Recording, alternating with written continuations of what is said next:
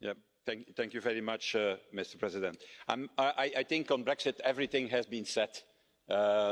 We have a mandate. There is a unity of the position of the European Union, of the 27, of the 3 institutions.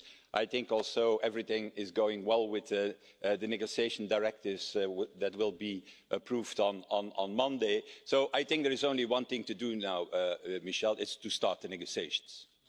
And to start them the fastest as possible. We have to wait for the outcome of the British election.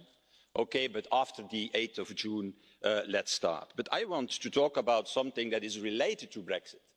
And that is the future of the European Union and the reform of the European Union, because it should be a mistake to put all our energy only in Brexit in the coming years.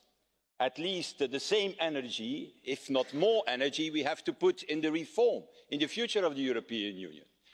3 times in a row now, the nationalists and the populists have been beaten in Austria, in the Netherlands and in France. And I think that it didn't happen by accident.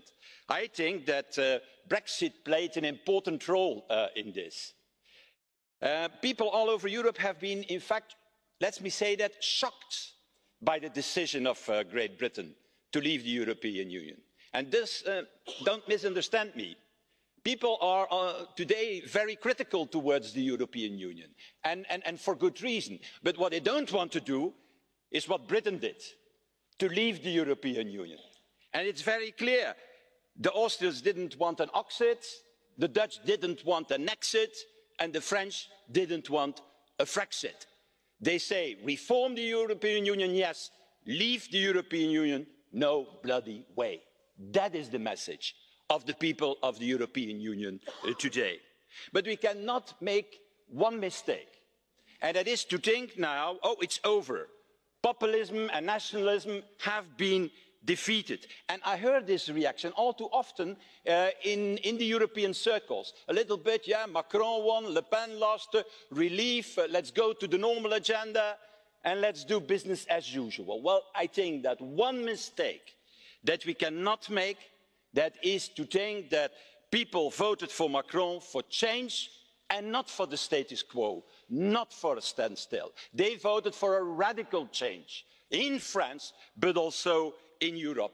And so the best thing to do is, in fact, to back his reformist agenda, a reformist agenda that we all know now, a reformist agenda with a new Euro budget, with a Minister of Finance for Europe, with a Euro Treasury, with Euro investment bonds, with the transnational list that he is proposing. And I have to tell you, Manfred, I was relieved to hear on Monday the reaction in Berlin, the positive reaction in Berlin. A reaction a little bit different from the 999 of Mr. Schäuble and of a lot of German press since the arrival of Mr. Macron. I like more Merkel's "Wir schaffen das," like she repeated in the press conference with Macron than the 999 of Mr. Schäuble before. So I think it's really time now to use this Brexit negotiation for a new vision, Mr. Tusk, and for a new future for Europe. In fact, a future that our young people want. Look to what is happening, Pulse for Europe, in more than 100 cities. Overall in Europe, in the squares, young people are coming together asking for more and a democratic European Union. How you call this? I call this audacity. And that brings me to paraphrase Danton in this. De l'audace, encore de l'audace, toujours de l'audace, et l'Europe sera sauvée. Merci. You didn't frankly have the balls to put country before party.